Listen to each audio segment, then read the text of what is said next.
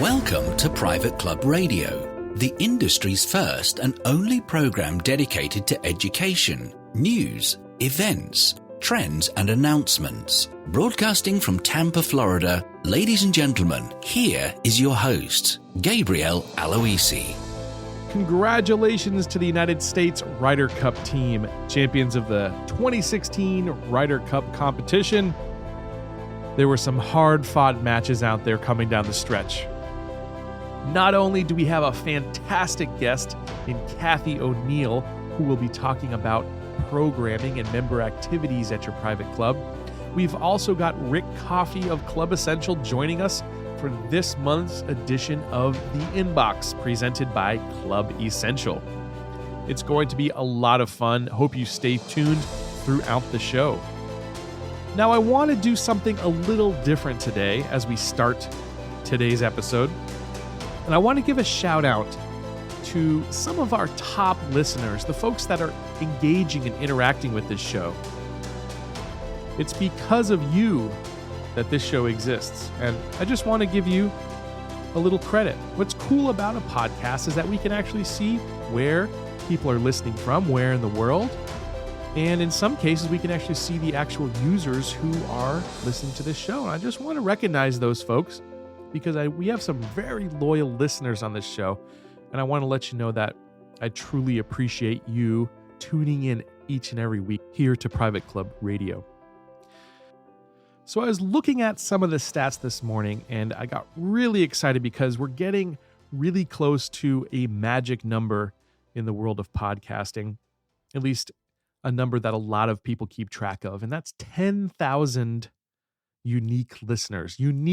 So these are people that have listened to at least one episode of Private Club Radio, and we're currently standing at 9,104. So we're getting really close to that 10,000 mark, which I think is a pretty cool number considering, I think, and don't quote me on this, but I'm pretty sure I've heard a stat that there's 6,500 private clubs around the world.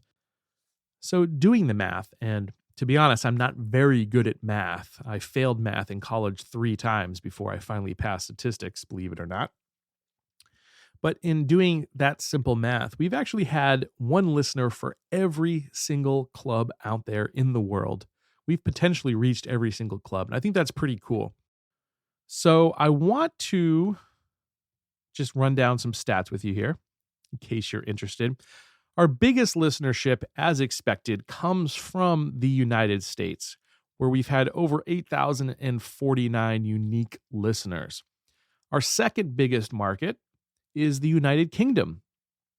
Our third biggest market is Canada. Our fourth market is Australia, and I was actually shocked by this next one. Our fifth largest market listening to this show is the Netherlands.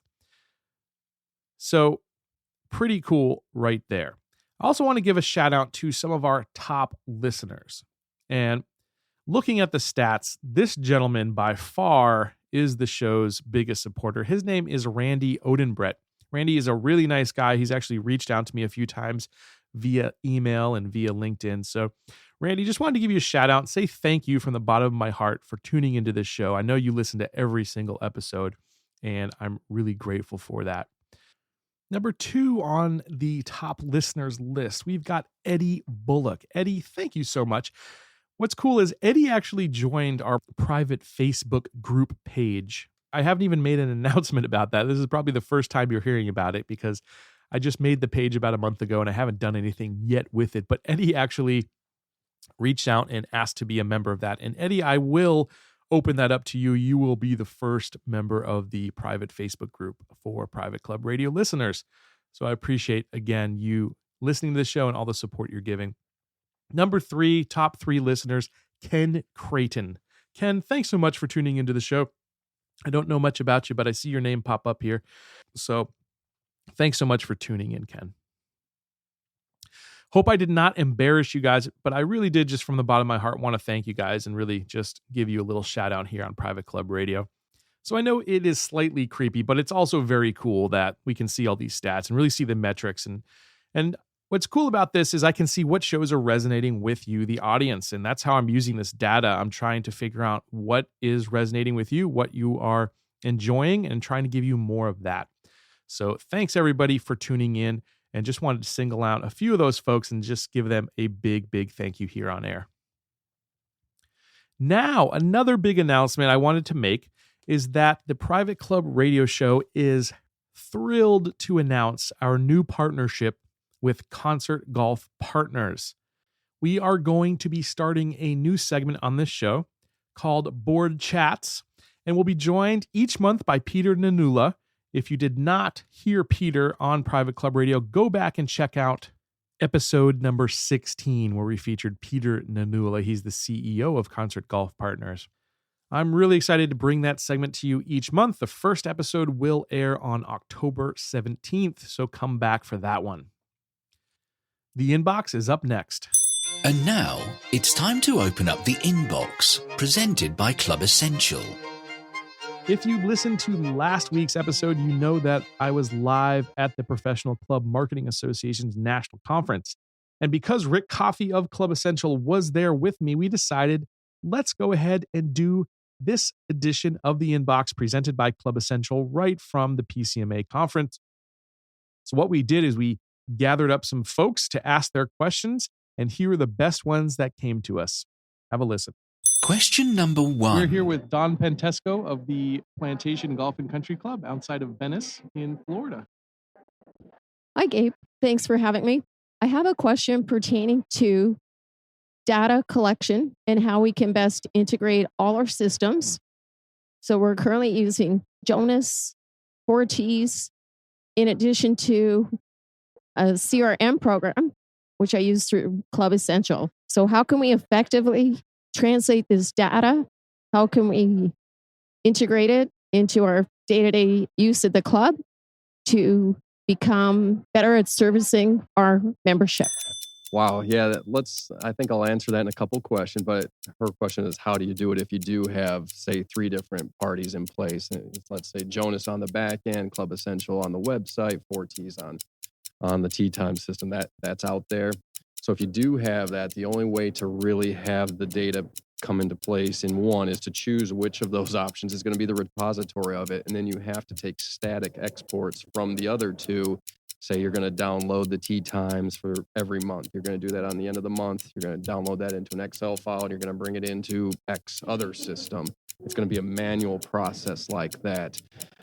The other way I'm going to answer it is, and it's selfishly, Club Essential, we've become so popular because of our unified suite. And what that means is all of our technology is built off the same technology platform so that everything talks to one another. So that's a paradigm shift in the industry, that for the first time, we do have the ability to have everything speak to one another.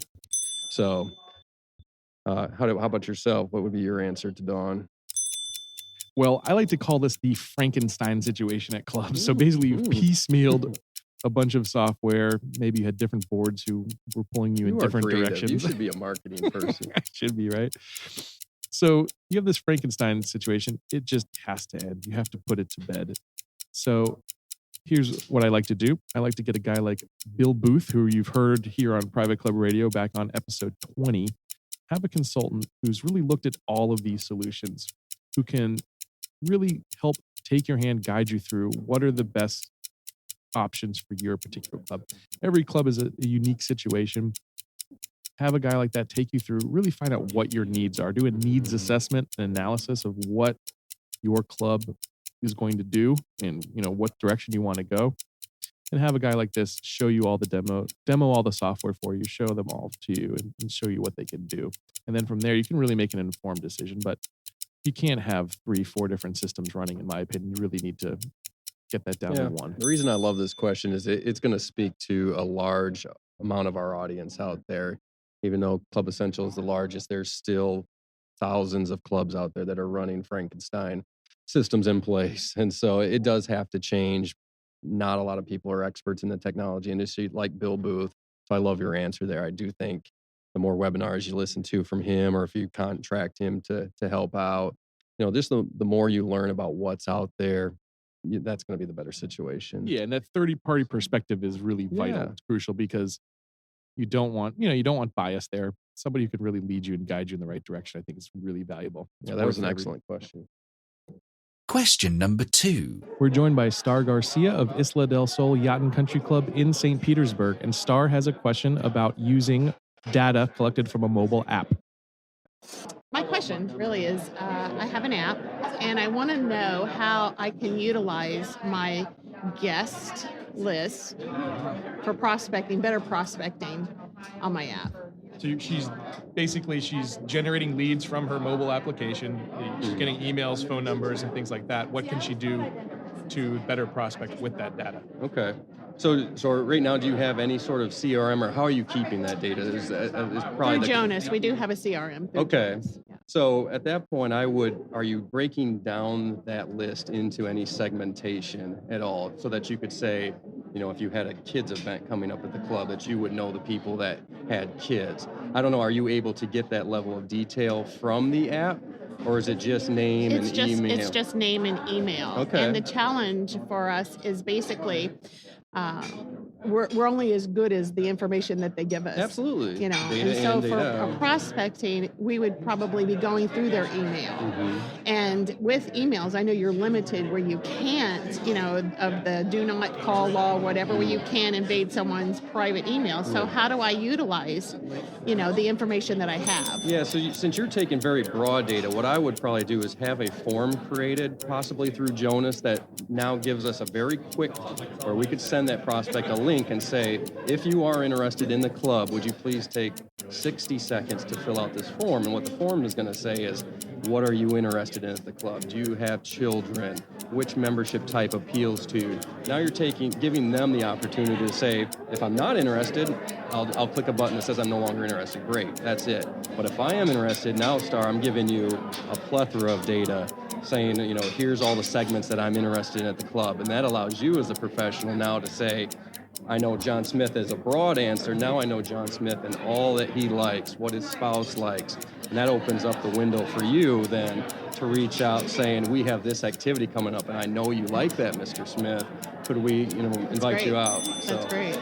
Rick, that was excellent advice.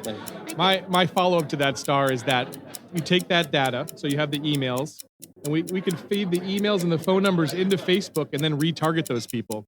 So basically, we create a list within Facebook, which tracks those people. When they're in Facebook, we can serve them something. It might be a membership special. It might be, just a testimonial about the club or something about your club. That way they see you in a different part of the web. So, that's exciting. yes, I can't wait to get back and do that. Thank you so much, Star, for dropping by our booth and Thanks for answering your having me. question. Take care. Question number 3. This next question comes to us via Ronika Richardson. Ronika wrote in and said, gotta know, what's the number one complaint private clubs receive from members? How do clubs deal with it? Do they make changes to their marketing strategy as a result? Yeah, that's a good question here. And I think I have a pretty clear answer. I'd say the last 4 years of my membership career, members would come to me just saying that they're getting bombarded by too much blanket email that didn't pertain to them. And I think what it's showing in the industry is we're getting away from personal phone calls, personal letters, in-person conversations, and so much of our communication is just through an email blast. Most websites don't break down the member communications down into very specific, here's what I'm interested, here's what I want to see. And so we're just bombarding them with 2 to 3 emails a day. It could be about kids' activities when the grandparents, the older age demographics, getting that. And what that's causing is then for those members not to open other emails because they're just feeling, well, this is probably another email that doesn't pertain to me. And so I think that's here at PCMA 2016, what we're talking a lot about is getting more data about our members. And that is those kind of things about what are you interested in? What do you want to hear about specifically? And technology is so good now that we can send emails out to them about interest, which I think is very important. And if your members start to realize that things that are coming to their inbox specifically are targeted for them, they're going to start to read more and more of the communications, and you're going to see the open rates go from dropping to increasing very, very easily. I love that question. Thank you. Great answer to that one, Rick. My answer is that when clubs discount or waive their initiation fees, I think members really dislike that because it cheapens the value of their brand. Once you create a coupon or a discount or some, money off program, you're basically devaluing what it's worth. And so you've had these members that come in at maybe 100 grand, 75 grand, and then all of a sudden you're giving away the house. Maybe it's a $10,000 membership. I've seen clubs in Florida where there's no initiation fee, and that's really scary. So I think that is one factor that an existing member would really be upset about. And it does more damage in the end. You might get some members, but those are probably not the ones that are going to stick around. They're probably not ones that are actually going to gel with your current membership. So it's usually a losing proposition. What I think that what you just spoke to about, Gabe, is important, because I think clubs are becoming they're shooting from the hip when it comes to membership options too much. And they're looking down the road and seeing that a club may be having success. And then they're like, okay, well, let's take that option in place. And there's so many trial programs going around. I think the more prestigious clubs, the clubs who get it, have a longer term vision in place. They see what internally their demographic should be. They really look at what the membership pricing should be. They put data to it and everything like that. So I agree that is a big problem in the industry, and that could be some more topics that we could have down the road. Excellent. Question number 4. At our club, there's a regular group of senior ladies that meet daily to play bridge or mahjong. I'm sure a lot of clubs have this. The issue that we're seeing is that they take up key dining space in our main dining area, okay, during the lunch hours. And what we're noticing is that our executive lunch business is in decline. And we're finding out and discovering that a lot of them are turned off by that quote unquote senior atmosphere that's now in that room. So they're really, to couple that, there's really nowhere else there's not another space in the club to maybe relocate these games. So my question would be, how do we solve this issue without alienating our loyal senior clientele? That is a great question. I'm going to ask you a follow-up question here. How big is the dining room area that you have to work with? It's fairly large. I mean, I think you can sit easy about 150. And how many ladies or gentlemen are playing this game? We're probably anywhere from 16 to 25. Okay, so that leaves you plenty of space in your dining room. I think you could maybe get creative with some partitioning, possibly, but making it fun. So hey, maybe you say, well, we're going to slide in a photo booth for a bridge day, or something that you could sort of not make it look like it's an intrusion, but actually make it like it's part of an extra experience on top of what they normally get. And an answer that may not work exactly for your club, but might work for other clubs is to actually maybe move venues. So if you have another offsite spot, like, again, make it as if it's an extra added value experience. Hey, we're going to actually do this from outside in this beautiful patio today. Something like that, where if you have another area of your club that you could potentially move them to, make it seem again like it's an upgrade, right, rather than an interference. I think that could work for a lot of clubs. Yeah, I think you're probably right. Yeah. Rick, what's your take? Well, this one's like a societal question. I think when you're trying to get somebody to do something, it's always best to not tell them what they're doing wrong, but help them try to figure out a better way. I think what would be best here is to go to those seniors who are playing and say, hey, listen, it's probably got to be a little bit loud when that lunch rush comes in, guys. And, I think it'd be better if we moved you to a little bit later time so that, your game isn't so drowned out by the food service there. That could help them say, yes, that it has been loud. Maybe it would be better for us to move. And then another thought I had is, once that lunch rush is done, the kitchen staff doesn't have a lot to do at that point. And maybe we could offer to that group that, a custom appetizer, have the chef come out and talk to that group. What would be nice for you guys to have during your games as well? And that could only happen during that slow period as well. So again, it's trying to get them to not tell them that they're doing something wrong, but show them that there might be a better option that's a win-win for both. I think that'd be the route we'd go. Good stuff, Rick.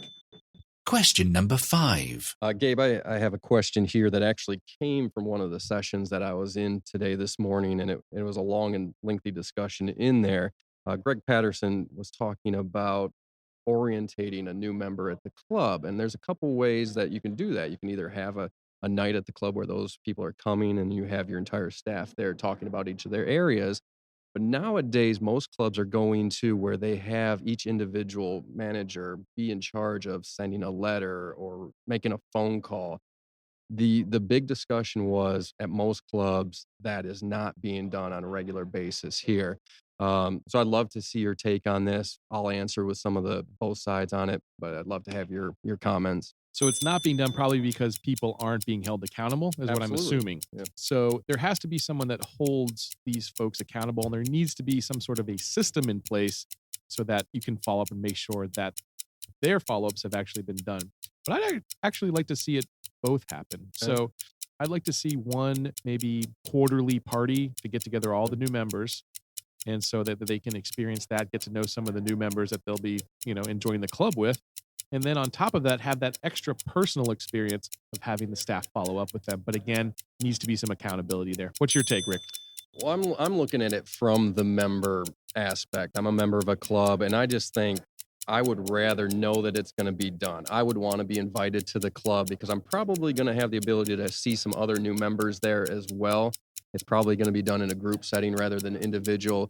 I just think that the easier route for a club is to have a night dedicated to it. It could be once a month.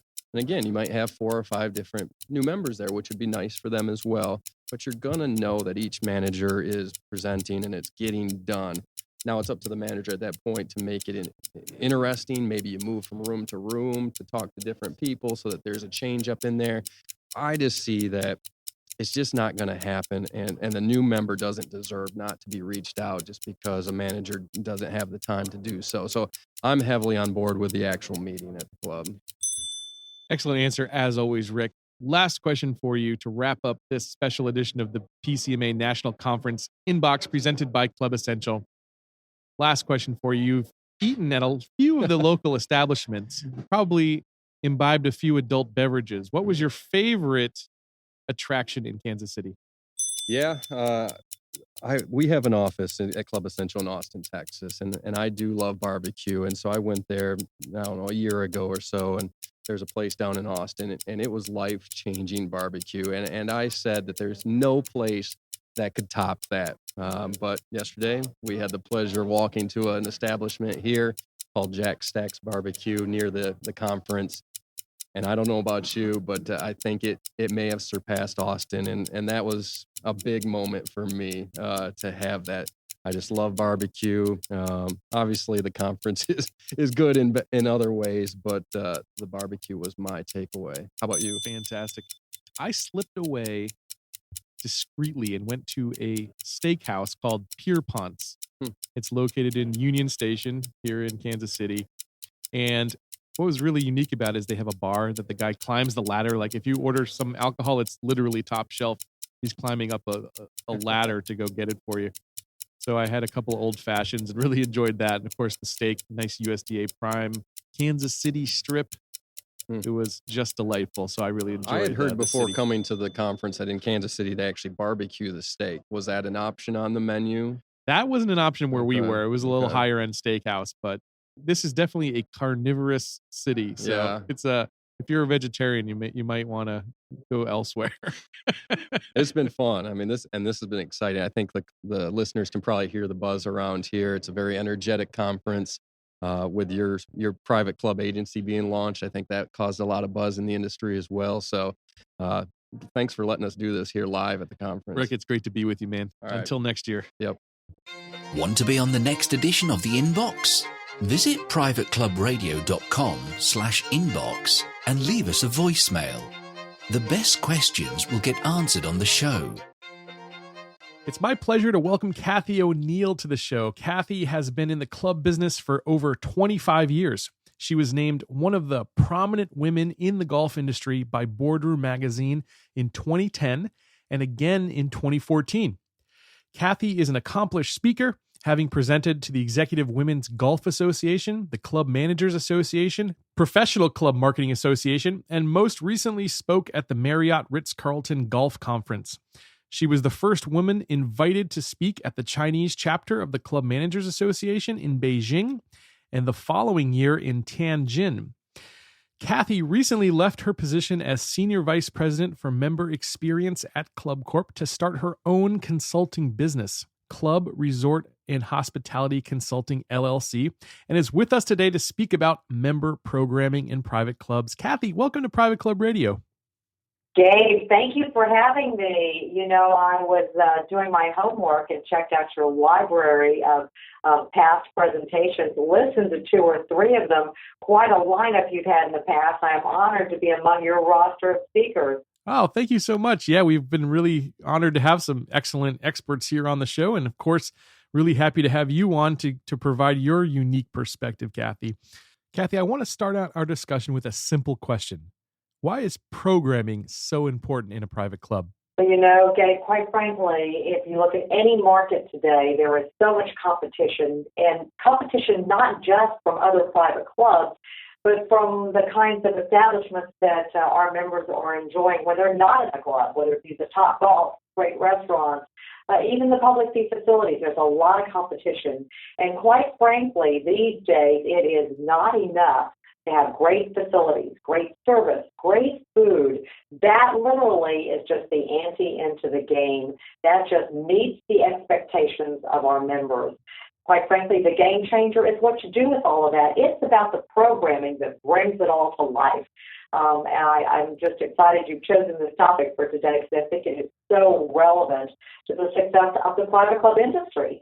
It takes going above and beyond greatness. It really makes a difference in terms of bringing it to life and pulling members to the club more frequently and creating more value for their membership dollars.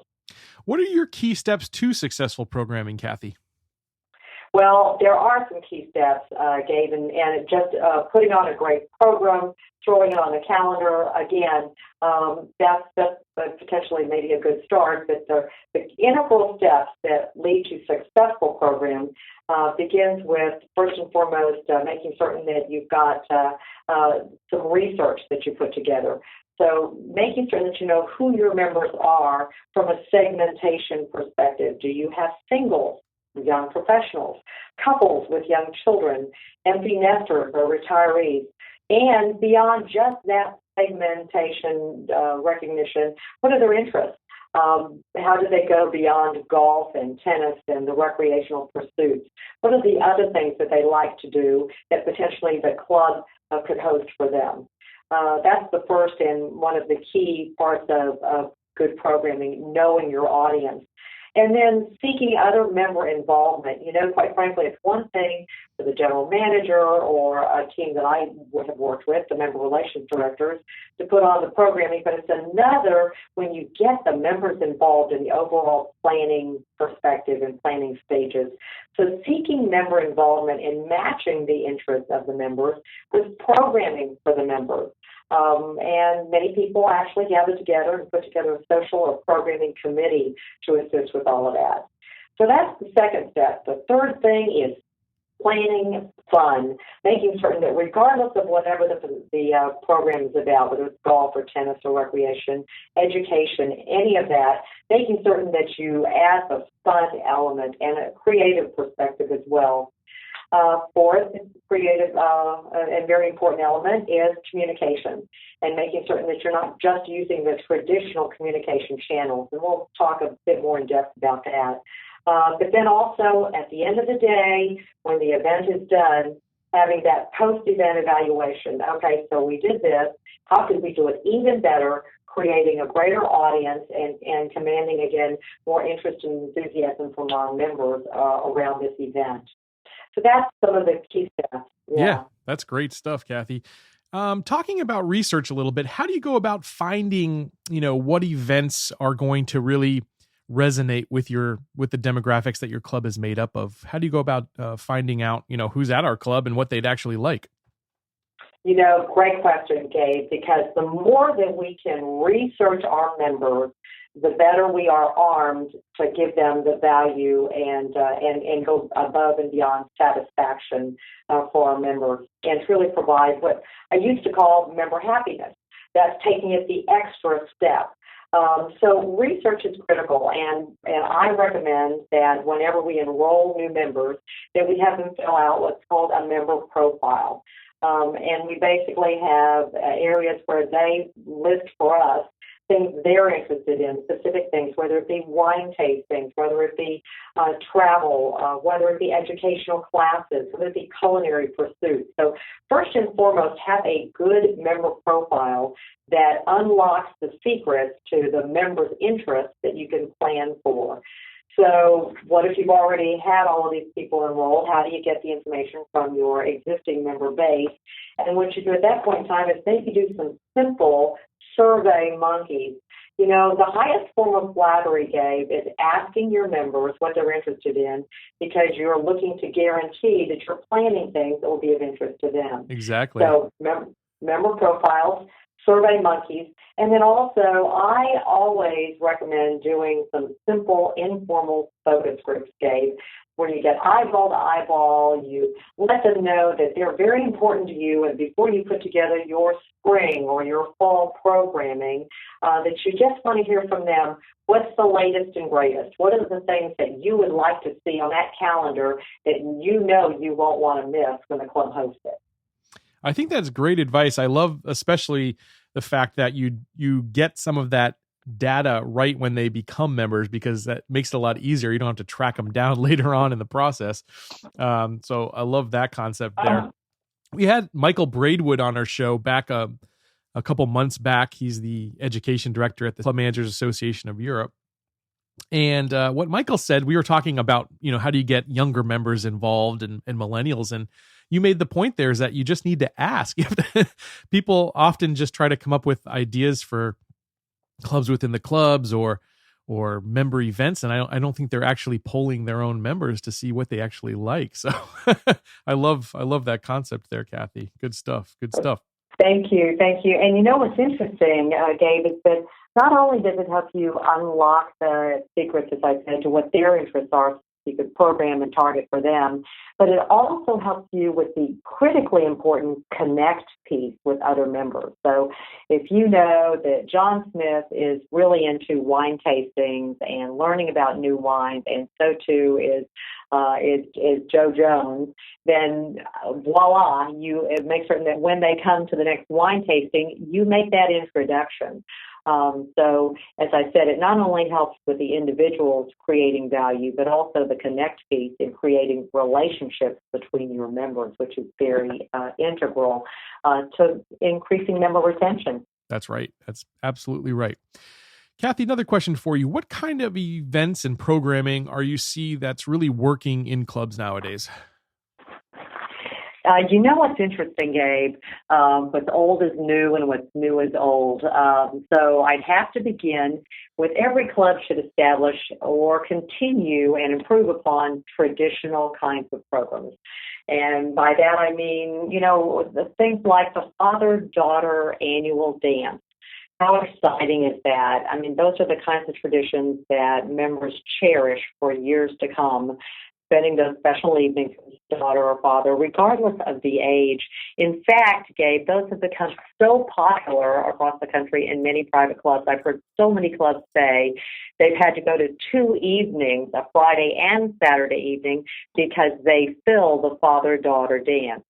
And they program them with special things like flowers for the daughter, boutonnieres for the fathers, having a photographer there to memorialize the experience. And then for those clubs who don't want to ignore the mothers and sons, they may have a mother-son brunch with the same kinds of things, flowers for the mother, boutonnieres for the sons, and a photographer there to, again, make certain that the experience is recorded with some great photography. Those kinds of traditional events you always have to establish at the club, making certain that you've got extraordinary things like the Easter brunches. Now, we all know clubs are the places for special events like that, but not just assuming great food, as I said earlier, is all that you have to do for that Easter brunch. You know, have you got the traditional Easter egg hunt? Have you got the Easter bunny? Have you got some fun crafts for the kids to keep them busy while the adults are enjoying the Easter food, the Easter fare? Those are the kinds of things that are very important. So beginning with the traditional events, don't ever assume that those are the kinds of things that members want to see go away because you've had them for years. They're the things that they look forward to probably the most. And then beyond the traditional events, you've got to be cutting edge, Gabe. I challenge clubs these days to go beyond just the golf, the tennis, and the fitness kinds of events. Again, all of our members eat. That's the one common thing that we know that they do. And so making certain that you've got a chef who really kind of becomes the celebrity. The culinary and social kinds of events are very, very popular. So, in essence, maybe taking advantage of the chef doing cooking classes and having those cooking classes. For instance, I've heard of so many chefs taking small group of interested members to the local farmers market and teaching them how to shop for the best in vegetables and fruits and the seasonal kinds of things. And then after making their purchases, coming back to the club and having a class on special preparation around those, their new choices. Also, from a family perspective, some great cooking classes where at one end of the club, you'd have your sous chef with the kids, teaching them how to make healthy desserts. At the other end, the adults with the chef, with the entrees, and they all come together and share their meal. Special experiences like that make a big difference. Oh, I bet they do. I was just at Mission Hills in Kansas City at the PCMA conference. That was one of the club stops that I made. And they were actually setting up a chef's table in the kitchen. So they actually set up like a 6-foot table. They had a nice lighting or chandelier brought in there that overhang from the ceiling. And they were going to actually start having members come in small groups and actually doing a chef's table, which I thought was really unique and very cool. Oh, I do too. And you know what's also interesting, Gabe? I've heard of a number of clubs doing this. You've got to admit that your members can't eat at your club 7 nights a week, right? Right. And your club should be a catalyst, a liaison between your members and the community. So oftentimes they will have a guest chef night. Now, think about it. If your chef knows another chef or doesn't know them but introduces himself to a really popular, cutting-edge new restaurant, invite that chef to come for a guest chef night. A couple of things happen. Number one, I think your members are impressed that they get a chance to meet another chef. Number two, it's free advertising for that other restaurant because those folks are then going to probably try that restaurant if they hadn't already. And it also sends the message that that the club is community friendly. We know that we are really good at what we do, and we like to acknowledge that others are as well, and make certain we introduce our members to those kinds of experiences through the club. That's excellent stuff, Kathy. I know you have a few ideas on golf as well and how to make golf a little bit more fun at the club. Can you share some of those with our listeners? Oh, yeah. And, quite frankly, I think that we all are focused on growing the game because, again, it's an integral part of the future of the golf and in the club industry. So first and foremost, taking advantage of some of the great PGA programs, I'd like to encourage every club listening, country club listening, if they're not already hosting them, to get into the GetGolfReady.com website and host some Get Golf Ready clinics. What's interesting, and for those of them who haven't heard of those, it's a PGA-sponsored program that's been around now for a couple of years. And regardless of whether you're a private club or not, many private clubs open these up, limited spots, to non-members. Again, it gives them an opportunity to get to know the golf staff, to get to know the club, and it has provided prospective members for clubs. But there are a series of about 5 lessons for $99, 1-hour lessons. They're group lessons, and they begin with and make certain they include things like golf etiquette, golf rules, beginning with the short game, putting, all the way through the major strokes of the game. The interesting thing is, Gabe, is that statistics have shown that 1 year later, after going through Get Golf Ready, 60% of the participants are still playing golf. Wow. So if that isn't super glue, Gabe, I don't know what is. So I'd begin there. How do we be good stewards to the game and do our part to help more people comfortably in a non-intimidating atmosphere get into the game of golf? I'd begin with that. I think non-intimidating is the key word there. Oh, it's so important. It really is, because we all know those are the floor golfers. It can be a tough game, and anything. Again, I think that's why our quite frankly our directors of golf are the celebrities almost as much as our chefs are, because anybody, Gabe, that can give me 20 more yards on my drive or cut my handicap by a couple of strokes. They're my hero. Oh, sure. So, I think pretty much that's the case with most folks, Yep. But some other fun programs that I want to visit about in terms of socializing and making certain that you get people involved and comfortable with the golf course. Some of the fun things that I've heard many of our clubs doing called Camp Out on the Green, where literally on a part of the golf course, once a year, a club has the tradition of bringing families together for camp out night on the golf course. Yeah, they'll cook burgers and hot dogs for dinner. They'll show movies. They'll cook s'mores. It'll be a camp out for the family. They'll do breakfast the next morning. It's just a way of, turning a golf course into a campground, where families come and enjoy it together. Those kinds of things are really fun. I've heard of some progressive dinners on the golf course, and done two ways, Gabe. Progressive dinner where you put it on the tee box of various holes, and couples and friends come out in golf carts and go from hole to hole for the progressive dinner. Other clubs have actually worked with members who have own homes on various holes, and they cater to those homes. And in essence, they go from home to home for that progressive dinner. Once again, a fun kind of atmosphere that allows golfers to meet other golfers and gets non-golfers onto the golf course enjoying some fun kind of social kinds of programs. But I think all of those things are very important, including, but again, also making certain that you've got your typical women's events, not just the competition, because again, a lot of women like the social element, we've all heard, and it's true. I think that everyone, again, not just women, but everyone looks for something that not only they can enjoy, but also provides them the opportunity to make a new friend, establish a new relationship. So having that social element, for instance, oftentimes on the driving range, they'll have a designated evening at many clubs. I've heard them called senoritas and margaritas, where the women gather and there's complimentary instruction for about an hour from the golf professional up and down the driving range. And then they all gather in the club for some margaritas and some great Mexican food. I love that. Oh, yeah, absolutely. And that social element is very important, because then you can combine something educational along with something fun. And I think we've got to keep, as I said earlier, that element of fun involved in whatever programming we do. That's what it's all about, having fun and having a great social environment at your club. I know there's also some unique educational events that you've noticed out there. What are some of those, Kathy? Well, and we've also got to say, as I said before, that our members are multi-talented and have a real variety of interests.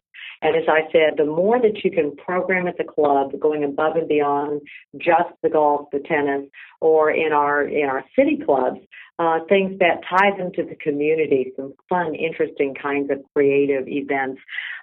Gave a few of my favorites.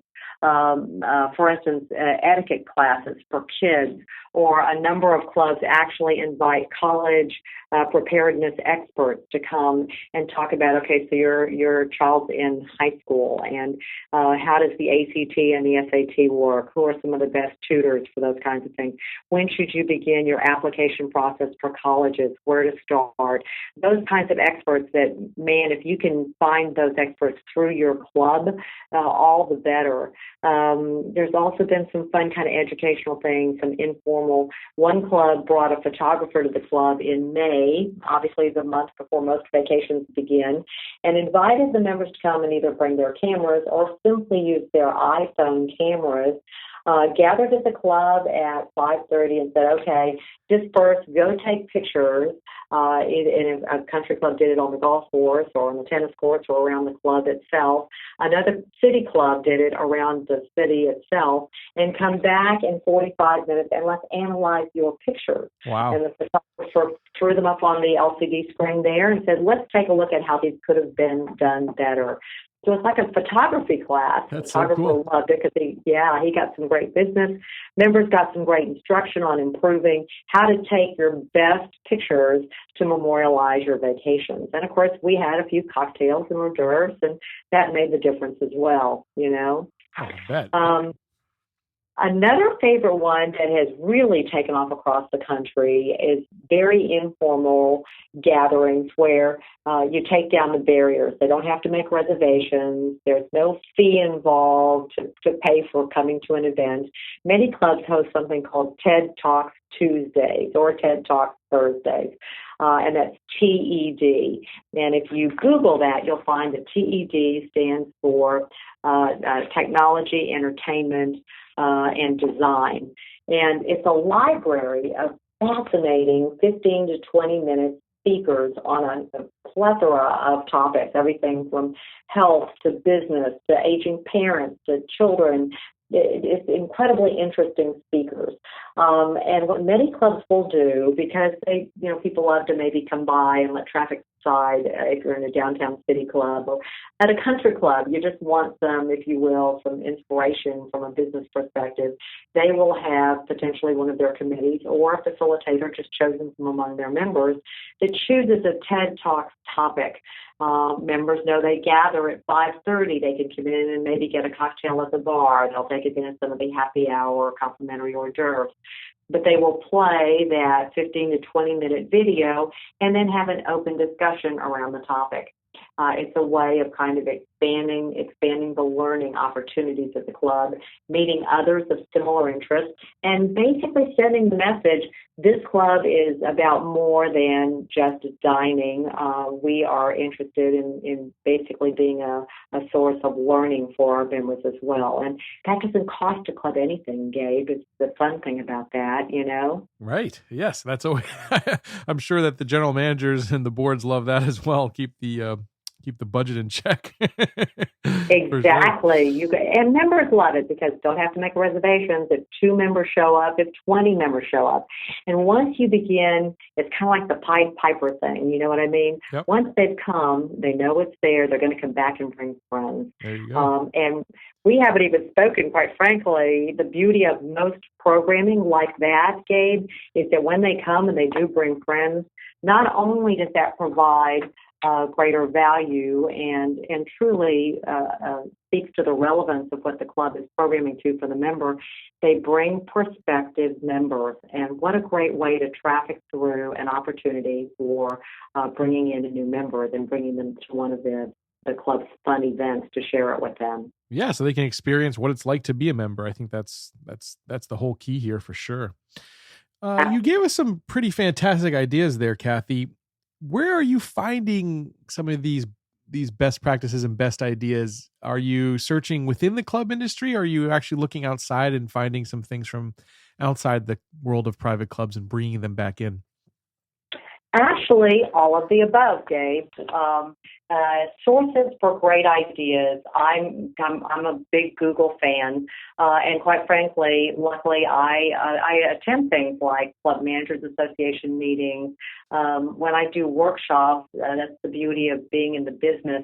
When I sit down and facilitate a workshop, I probably come away with as many notes and provide as many ideas and then get as many as I provide. So it's just talking to folks. It's quite frankly listening to programs like yours. As I went through your library, Gabe, there were 3 or 4 of the interviews that you've done that I immediately had to play. I was thinking I'd love to hear what they have to say on the topics that they're presenting on. So I think that for anybody, a learning library like yours is just a gold mine. So too are meetings where we gather with others, whether it be CMAA or Professional Club Marketing Association, whoever it might be. But just having that exchange of best practices piques your imagination. You take whatever initial seed of an idea they have, and then you basically grow it into something that's most appropriate for your club or your community. Well, thank you. I'm honored that you would say that about the show. And yes, you're 100% correct. I think you've got to always keep your eyes open. When you stop doing that, that's when clubs start to fail and things get out of whack when you think you know it all, right? Absolutely. Yeah. Any tips to keeping your clubs within the clubs active? I know a lot of times clubs will start one of these things and then it just sort of goes by the wayside. Do you have any tips for that? Well, it's interesting. And again, the difference, committees are obviously, as you know, very different from clubs within a club, except they share a common success factor. It's the individuals that you choose to, if you will, to chair or head up either the committee or the club within a club. Now, committees, as we know, are the important things that help us from the day-to-day operations of the club. It could be your membership committee, your ambassadors committee, your social committee. All of those are critical. Now, clubs within a club are interest-based. It could be a fly fishing club, a book of the month club, a bridge club, a canasta club, a mahjong club, a pickleball club. Those are things that are based upon interest. But regardless, as I said, the common factor is getting a member involved. And as good as our general managers are, we all may have member relations directors who help with that and work with the members. But it's quite a different communication when you have a member inviting another member to come and join in the fun of a club within a club, or join a committee like a social committee to help plan and put on programs and things. So I think that's very important that a private club have all of the above, because the more that we can stimulate involvement and make certain that we're stoking member engagement, then the fewer reasons they have to give us non-use as a reason for resignation. I think that just goes to strikes us in the heart. Not use. How can you say that you're leaving?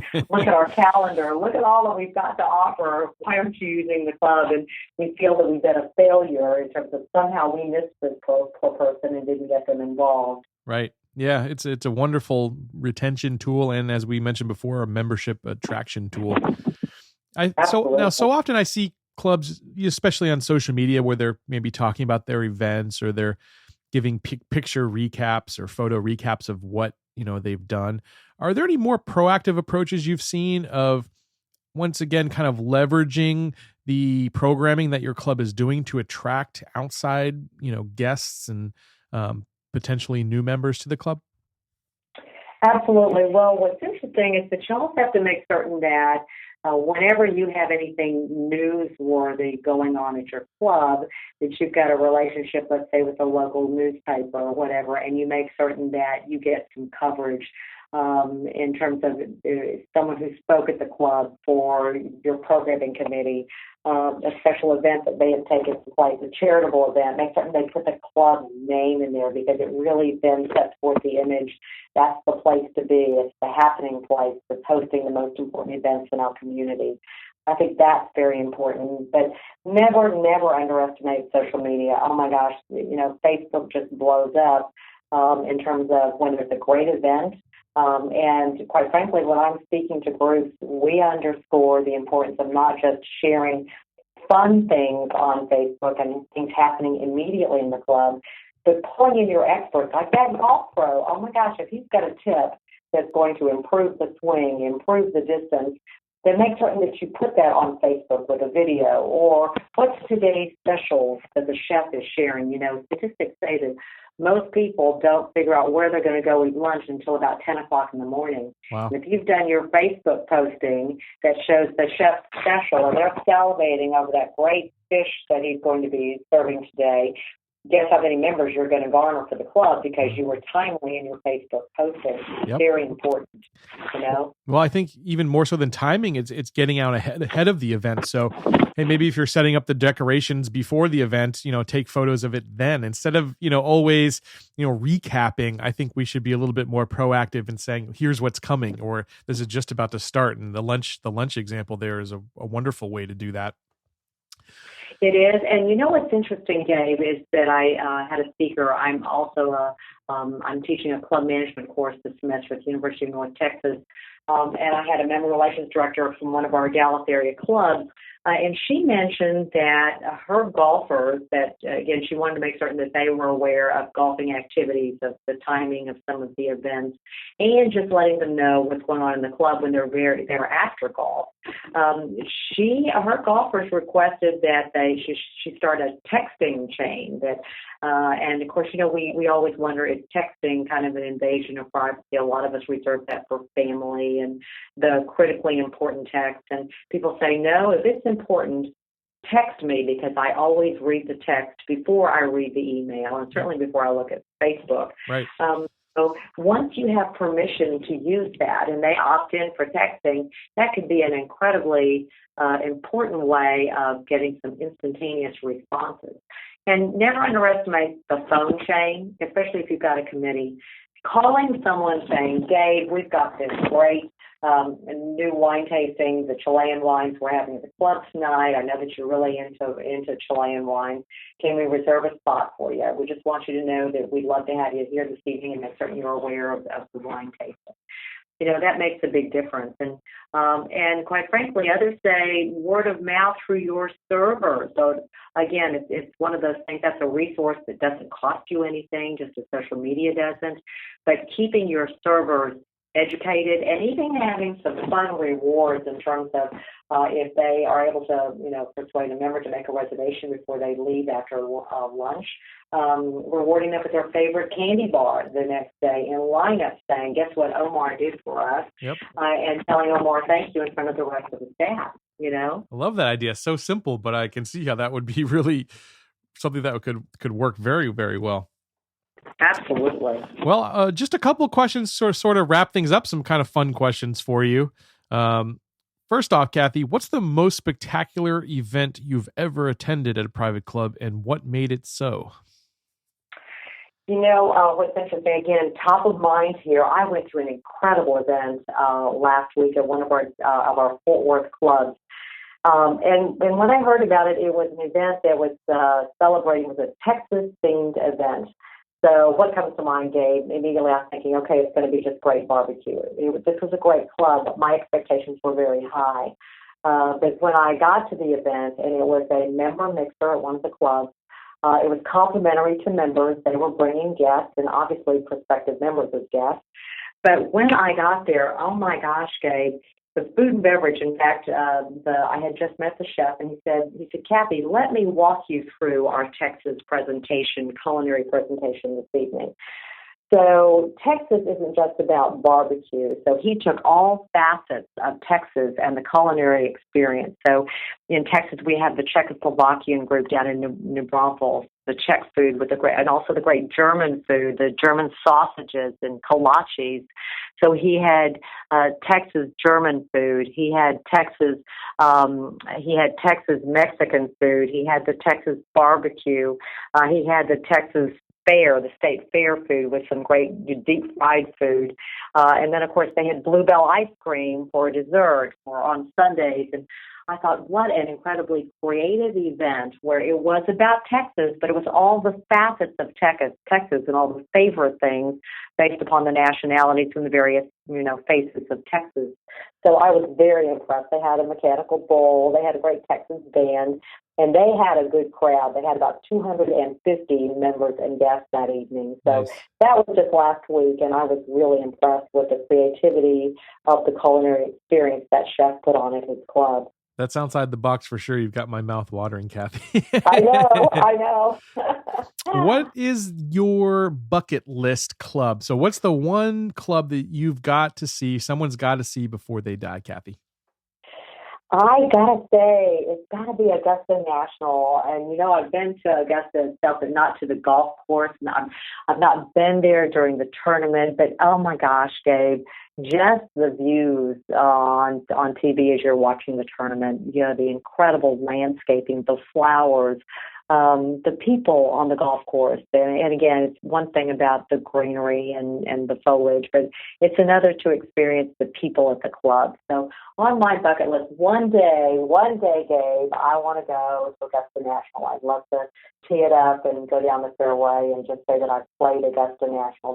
That's high. That's number one on my bucket list. That's pretty special. If you get that opportunity, I hope that you will offer me an invitation. Deal. Okay. If you get invited first, Gabe, you gotta have me as on your foursome as well. Okay, I will go. I'll go for that. Yes, you're in for sure. Okay. Cool. You're actually the second person on the show who I've managed to convince that I've got to be in their foursome. So the other one was Henry Wallmeyer, the president of the National Club Association. So hopefully one of you two get in, and I'll be very happy. You'll be the first to know, Gabe. We'll All be giving you a call. Well, I'll be stalking you on Facebook just to see if you're ever headed that way to Georgia. There you go. Absolutely. Last question for you, Kathy. How do folks get in touch with you, or how do they book you for a speaking engagement? Well, I love that question, because I would love to, as I said, the more I learn, the more I'm like the Pied Piper, perhaps providing that across the country, kind of hopefully contributing to the health and success of our industry. But as you mentioned earlier, my company is the Club Resort and Hospitality Consulting. Simple email, Kathy, Kathy.O'Neal, ONEAL 821 @yahoo.com. Again, I love speaking at conferences, loving sharing information. So please email me and keep me in mind as you're planning your next conference, webinar, or seminar. I'd love to be a part of it. Kathy, I had a lot of fun speaking with you. Thanks so much for joining us today and offering your expert advice. Gabe, my pleasure. I hope to be talking to you soon.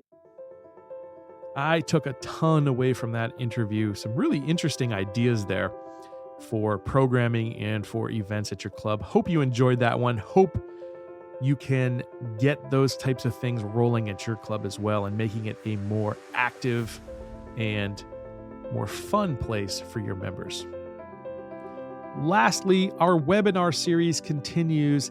In January of 2017, we will welcome Michael Crandall to the webinar series. Michael will be sharing his bright ideas to keep a successful club and career on track. It's a one-of-a-kind private club management online education session where attendees will learn how to proactively and effectively provide the leadership to keep a successful club and career on track. You are not going to want to miss it. You can read all about it at privateclubradio.com/webinar, and you can sign up. And just for being a Private Club Radio listener, I want to give you a special discount to the webinar. Use the code PCR50 for a very limited time. We're offering $50 off this education session. So instead of $125 for listeners, it'll be $75. That is less than $1 a minute, and I am telling you, it is well worth it to hear Michael Crandall and the education that he is going to deliver. Hope to see you there. privateclubradio.com/webinar. Check it out. That's all I've got for you for now. Hope you have an enjoyable week, and I hope to see you next week. Until then, here's to your membership success. Just because this round is over doesn't mean you can't enjoy the 19th hole. Check out privateclubradio.com for more. Private Club Radio is brought to you by the Private Club Agency, the premier marketing and consulting firm dedicated to helping clubs increase and retain their membership. Visit privateclubagency.com to learn more.